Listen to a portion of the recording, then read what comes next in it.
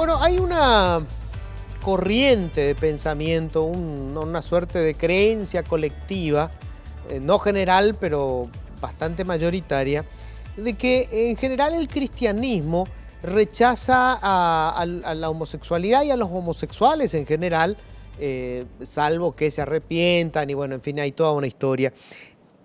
Se va a realizar un simposio en estos días sobre, digamos, el tratamiento que se da desde algunas corrientes cristianas sobre el tema de los homosexuales y de la homosexualidad en particular. Y dos de los que van a estar exponiendo hoy están con nosotros aquí en el programa. Estoy con el abogado José Silvera, él es coordinador de este evento y pertenece al grupo Cristianos Inclusivos. ¿Qué tal, José? Gracias por venir. Muchas gracias, Luis, por el espacio, gracias por la invitación y estamos acá justamente para hacer una voz diferente a todo lo que se viene escuchando en nuestra sociedad. Queremos ser una voz que ayuda, una voz que está en este momento con las personas necesitadas. Bueno, y les cuento que estamos también con el licenciado Juan Manuel Talavera. Él es licenciado en Historia del Arte, estudió en Francia y va a hablar de una cuestión bastante poco mencionada, por lo menos en Paraguay, que es los íconos gay en el arte cristiano. ¿Qué tal, Juan? Gracias por venir. Gracias por la invitación, un gusto. Y bueno, justamente como estaba hablando el tema, ¿verdad? Cierto, en el arte cristiano hay íconos de diferentes tipos, pero también en la historia hay íconos que van a después terminar convirtiéndose en íconos justamente asociados a la comunidad LGBT, que no es nada nuevo, que ya de repente en su momento, en el Renacimiento, lo que sea, siempre hubo imágenes que justamente van a despertar un cierto erotismo ya para la gente de la época, que nos dan justamente una pauta de que en la época también había esa cultura o ese acercamiento, digamos, a la población LGBT y que lo podemos ver a través del arte. Ya. Antes de entrar en esto que sí, me parece fascinante, digamos, sobre todo porque, digamos, es tener una visión distinta de la historia. O sea, hay gente que cree que hoy somos más abiertos o tenemos una actitud más tolerante que lo que debió ser el pasado lejano, y no siempre es así, ¿verdad? O sea, hay corrientes conservadoras que son relativamente recientes, pero lo vamos a hablar enseguida. Te quería preguntar primero que nada, José, ¿vos sos cristiano? No católico. Soy cristiano protestante. Protestante, Sí. Ok. ¿De cuál de las iglesias? Estuve en las Asambleas de Dios. Ajá. Sí, como desde muy niño hasta casi mi adolescencia y mi juventud. Ya. Y en la iglesia, en tu iglesia, por decirlo así, no tienen problemas con, digamos, tu condición sexual. Vos digamos, militás abierto, no sé si militar es un decir, ¿verdad? Digamos, a nadie le preocupa cuál es tu orientación sexual. Bueno, la verdad que yo hace 3 años estoy como fuera de la iglesia, yo no asisto regularmente, entonces lo que hicimos fue crear un espacio de inclusión para todas esas personas que quieren vivir su fe y tienen una orientación sexual diferente, que se sienten como desplegadas de la iglesia, muchas veces discriminadas, rechazadas, haciéndoselas a un lado, o están constantemente con ese mensaje de que deben cambiar para ser aceptados dentro de la iglesia. Ajá. O sea, no es que los rechazan, pero vení y curate. Claro, esperemos que en algún momento cambies, o si no cambias, bueno, mantenerte en castidad hasta lo que dure tu lucha, ¿verdad? Con respecto a tu orientación sexual. O sea, no es cierto que haya iglesias, digamos, entre las iglesias, no sé si oficiales. Alguien se trajo su mosca y la dejó acá, Esta es la mosca de Humberto Rubín, me parece. Bueno, a ver, mejor que el gato que empezaba a maullar allá en el fondo. Bueno, a ver, para entendernos más esto, entonces, para las iglesias católicas, asambleas de Dios, lo que fuere, no es que rechacen a las personas que son homosexuales o bisexuales o lesbianas, pero, digamos, les aceptamos en tanto se mantengan sin tener relaciones. Claro. Célibes. Sí, en Paraguay actualmente no conocemos públicamente de que hayan iglesias abiertas e inclusivas con respecto a la comunidad LGBT. Sí conocemos iglesias más o menos tolerantes que otras. Y como vos decís, las iglesias tolerantes son aquellas, sí, le recibimos a los gays, a las lesbianas, a los transgéneros, pero no queremos que practiquen.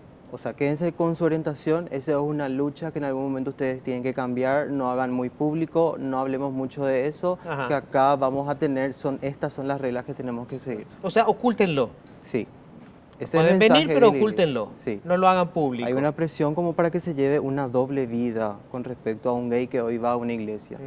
Ahora, José, hay como una caricatura que se ha hecho de homosexuales, lesbianas o trans, porque obviamente en el deseo de provocar cambios se ha hecho todo digamos, este show de colores, de plumas, de lo que fuera, con el tema, por ejemplo, de la marcha gay.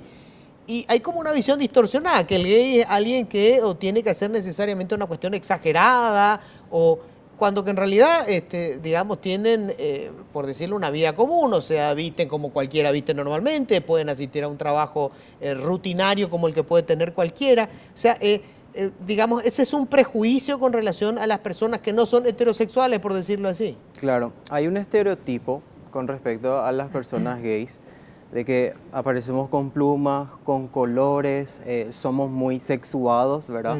Y no se piensa muchas veces en el gay que trabaja, que tiene que pagar sus cuentas, que estudia, que ayuda a las otras personas, que tiene también una vida espiritual. O sea, esas cosas, esas facetas de una persona gay hoy no se muestran. ¿Por qué? Porque la sociedad está muy informada con respecto al estereotipo de una persona diversa. Y Claro. eso es lo que vende, eso es Claro. lo que escandaliza.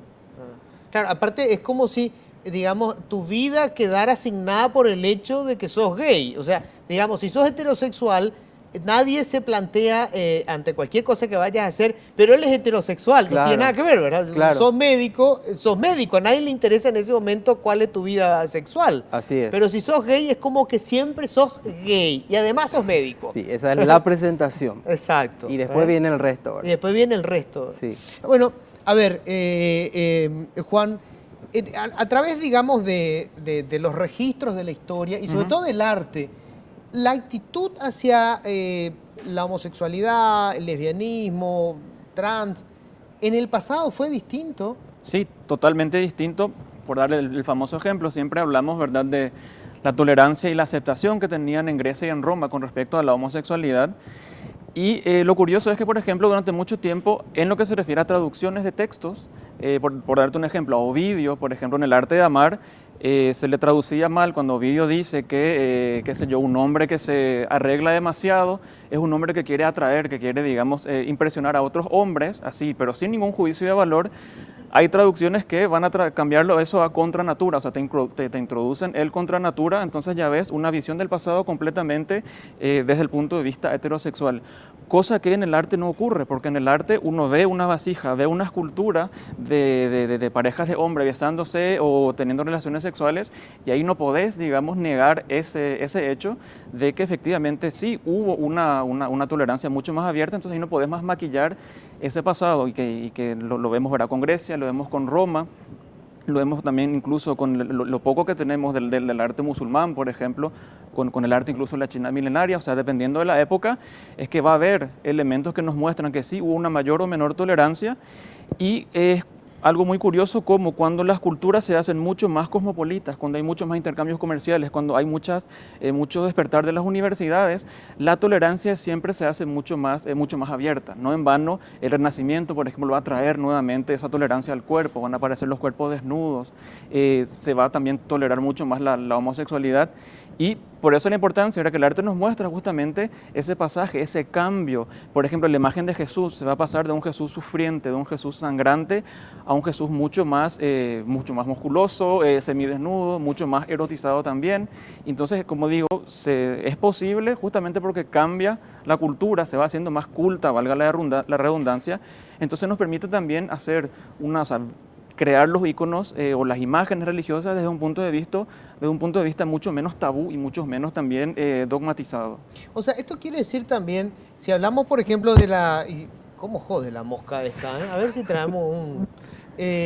si hablamos de la iconografía, digamos, del arte cristiano, tenemos que entender que también hubo un proceso de cambio en la concepción del cristianismo sobre el tema de la homosexualidad. O sea, en sus inicios la iglesia cristiana fue mucho más tolerante o inclusive, digamos, no condenaba la orientación sexual y en algún momento del proceso irrumpe una forma de ver esto de manera distinta y cambia lo que es la visión cristiana de, digamos, de estas otras formas no heterosexuales, digamos, de sexualidad.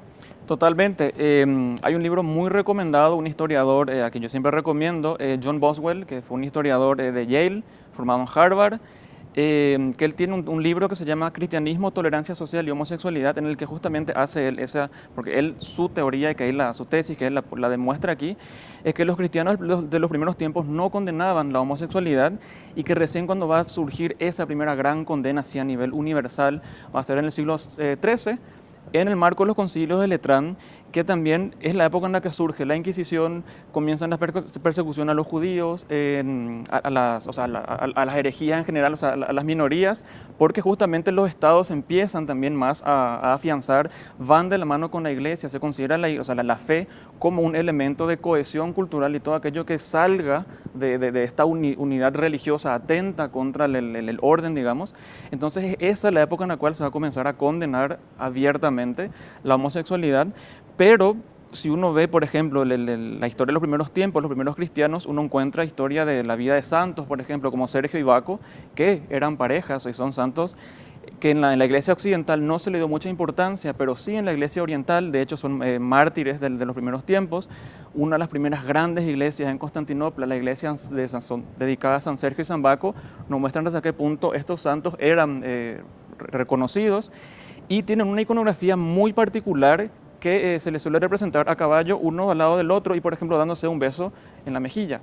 O después hay ciertos iconos que los muestran, por ejemplo, uno utilizando la túnica color roja y el manto color azul, y el otro a la inversa, el manto color rojo y la túnica color azul. O sea, que nos habla también de esa conexión un poquitito, de esa cercanía que había entre los dos, además de que las primeras crónicas sobre Sergio y Baco los definen como erastai, en griego, que significa amantes. Y eso en el arte podemos ver. Obviamente el arte cristiano va a ir evolucionando, no es que desde el siglo III ya surge toda la iconografía que tenemos ahora, pero sí se va a ir desarrollando justamente ciertos íconos, o sea, ciertos elementos del arte cristiano que van a surgir en los primeros tiempos, después van a comenzar a adquirir justamente una visión, un matiz mucho más homoerótico de lo que fue en el comienzo. Ya.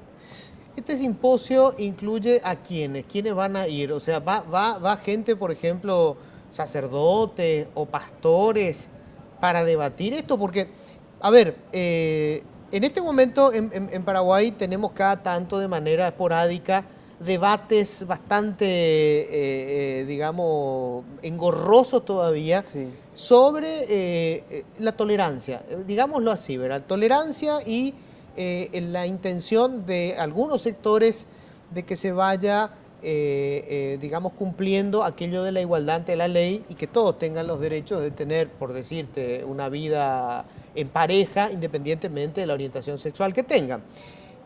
Esto provoca reacciones sobre todo en los sectores religiosos, que son los sectores, digamos, más conservadores. Entonces, debatir en el seno de la propia iglesia, con creyentes, esta historia de desde cuándo es intolerante con estas orientaciones sexuales el cristianismo, me parece sumamente importante. Por eso, ¿hay sacerdotes, hay pastores que vayan a formar parte de este evento? Nosotros en un primer momento tenemos el padre jesuita José Luis Carabias, tenemos como invitado especial, y con este evento lo que hacemos es un llamado a todos los líderes, pastores, sacerdotes, inclusivos que nosotros no conocemos, estarán por ahí también.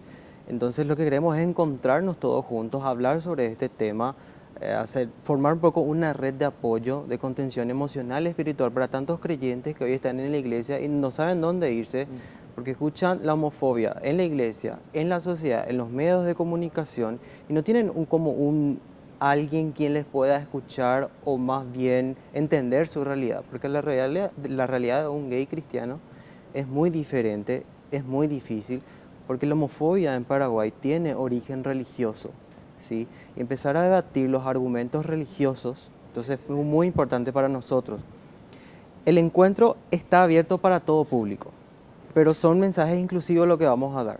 y tenemos un margen de 1 hora que en algún momento vamos a debatir, ya algo más informal al finalizar la jornada, donde le invitamos a los pastores, sacerdotes que no comparten nuestra postura, pero queremos abrir ese diálogo, ¿sí?, entre la iglesia y la comunidad LGBT. Más o menos, vos me decías recién, en el siglo XIII más o menos se empiece digamos, a universalizar estas ideas que por lo que me estás diciendo tienen un origen político. O sea, digamos, condenar, por decirlo en términos muy brutos, ¿verdad? Condenar la homosexualidad y el lesbianismo respondía a un interés político de la época. Sí, totalmente. Es que es también el claro ejemplo, por ejemplo, ocurre cuando Justiniano, allá por el siglo VI, uno de los primeros que empieza a condenar a nivel civil, a prohibir, digamos, la homosexualidad. Pero los que más van a utilizar justamente el argumento de fulano tal homosexual van a ser, por pura, vamos a decir, por puro azar, terminaban siendo personas que no compartían o no comulgaban con la línea política de Justiniano. Entonces va a ser exactamente una de las mismas herramientas que se va a utilizar en la Inquisición, el decir fulana es bruja, fulano es brujo. Como en ese entonces la carga de la prueba no pesaba sobre el individuo de la inocencia, yo tenía que probar mi inocencia, entonces era demasiado fácil acusarle a alguien y que ya todo el mundo va a decir, bueno, sospechamos que es culpable y ya está. Entonces el ser acusado de brujo equivalía a ser acusado de homosexual, como pasó con los templarios, como pasó con los cátaros, porque justamente era la herramienta política más útil para eliminarle a alguien, y sobre todo sabíamos que no se podía conseguir pruebas, o para la inocencia, sobre todo si yo decía fulano es homosexual, ¿qué prueba podía yo decir no, sabes que no soy?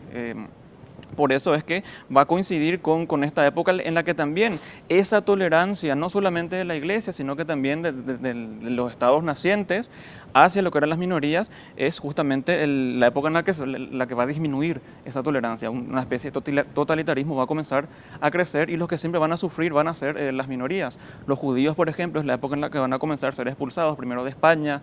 En Inglaterra se va a crear la famosa leyenda de que los judíos roban la hostia, hacen sacrificios con la hostia, claro, sacrificios con niños, y lo mismo decían de las hechiceras, de las brujas, que generalmente eran parteras, no eran necesariamente brujas, y lo mismo los homosexuales, decir que, bueno, van en contra de la naturaleza de Dios, pero obviamente siempre con esa finalidad netamente política, porque ese estudio, digamos, que también es lo que estamos proponiendo justamente con estos movimientos, hacer un poquitito también una lectura de la Biblia mucho más adaptada a nuestros tiempos hoy en día. Sabemos que la Biblia se escribió hace miles de años en diferentes idiomas, que no es algo que apareció nomás de la nada.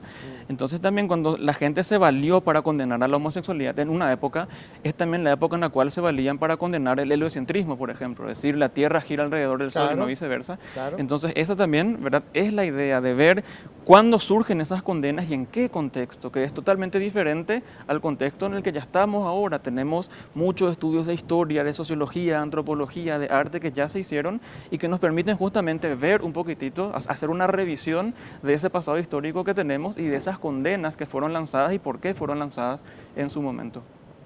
Dos cuestiones que me llamaron siempre la atención y que tiene que ver un poco con la evolución, digamos, de la civilización occidental, que es la nuestra hoy, ¿verdad?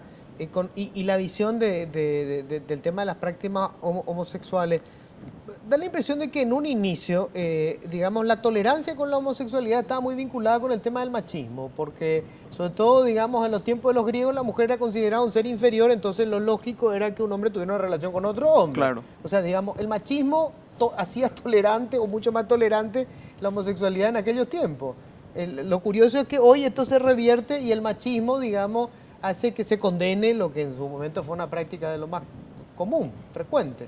Incluso, o sea, es muy curioso también el tema de que hoy en día, ya que hablamos de estereotipos, que se habla justamente del estereotipo del homosexual afeminado, y es muy curioso porque Aristóteles, por ejemplo, él habla, cuando defiende esa cercanía entre hombres, él dice, la única manera en la que un hombre se vuelva viril es estando con otros hombres. Entonces, para los griegos justamente, la pedagogía pasaba por ahí, el tema de que los hombres se junten entre hombres porque así podían aprender estrategia, filosofía, el arte de la guerra. Esa era la forma en la que, obviamente, una visión súper machista, pero digamos por ahí venía, la homosexualidad por ahí era una forma de aprender a ser hombre, en el caso de Grecia, en el caso de Roma también, Y también otra cosa curiosa es que mismo en la mitología vemos que eso se traduce. Zeus, que era el gran don Juan de la mitología griega, también tenía sus amantes varones, Ganímedes, por ejemplo, el que le secuestró convertido en águila, que se va a convertir en el famoso, esta iconografía va a ser tomada después del águila con el joven, va a ser también tomada para San Juan. San Juan, que es el discípulo amado, el discípulo joven, que tiene también un águila, así como vemos en las esculturas de Zeus, por ejemplo, Zeus y Ganímedes, o sea, Ganímedes joven con el águila. Vemos también a San Juan, el imberbe, el joven, el hermoso, con también el águila, pero esa cercanía también con la cultura griega. Ya, bueno, ustedes van a hablar de todo esto en un momento en donde está tan caliente el debate, lo van a, Sí, le van a prender fuego. Pero bueno, me parece fantástico. ¿Cuándo se va a hacer esto? El 28 de octubre, a partir de las 4:30 de la tarde, en el Salón Escenario del Gran Hotel del Paraguay. Ya. Sí. Una cuestión, ¿cómo se financia esto? Porque uno de los mitos es que hay un financiamiento ahí. Bueno, primero hay una conspiración internacional, ¿verdad? Porque es muy curiosa porque las multinacionales financian, pero los brazos ejecutores son los movimientos de izquierda. O sea, es la única forma en la que llegaron a un acuerdo. Pero, ¿cómo se financia esto? Porque después van a decir, ¿por qué no dicen un poco cómo se financia esto? Claro, nosotros como equipo nos autofinanciamos actualmente. Son recursos de los chicos, de las chicas, en donde hasta ahora no estamos cubriendo todo el costo del evento, ¿verdad? Pero esperamos concluir y estamos también pidiendo ayuda a varias personas que están con nuestro mensaje inclusivo también. Pero no nos apoya ni el gobierno, ni ninguna iglesia, ni ningún auspicio de ninguna empresa estamos teniendo. Una cuestión final que quería un poco una opinión tuya. Mira, yo soy ateo y soy hetero. Y sin embargo veo la actitud que hay con relación al tema de la definición sexual y me aterra, me asusta el nivel, la cerrazón y la agresividad y la violencia y casi el odio que destilan con relación digamos, a personas que sencillamente tienen una orientación sexual distinta. Qué difícil debe ser para vos siendo cristiano. Yo soy ateo, ¿verdad? Lo veo desde fuera, pero para vos siendo cristiano, porque juegan muchísimo con el tema del sentimiento de culpa, que es la herramienta con la que persiguen sobre todo. Desde muy pequeño, desde la religión, te inculcan esto es pecado, si no seguís te vas al infierno. Es una violencia religiosa tremenda muchas veces con el cual crecemos. Ahora, yo desde mi realidad tengo que leer la Biblia de acuerdo al mensaje principal que hay en los evangelios, que es un mensaje de amor, de tolerancia, y con respecto a eso aplicar a mi vida. Yo no puedo agarrar pasajes condenatorios e ir condenando a la gente en todo el ámbito de la sociedad, porque sería como un círculo de nunca acabar. Acá de la condenación nadie se salva. Entonces rescatamos el mensaje más principal, que es el mensaje de amor, de redención a la humanidad, y leemos esos pasajes que se refieren a la homosexualidad, leemos de una perspectiva alternativa, según los biblistas y los exégetas que ahora están publicando, por ejemplo, libros, materiales, tenemos recursos en la web, donde hay una nueva corriente con respecto a esto.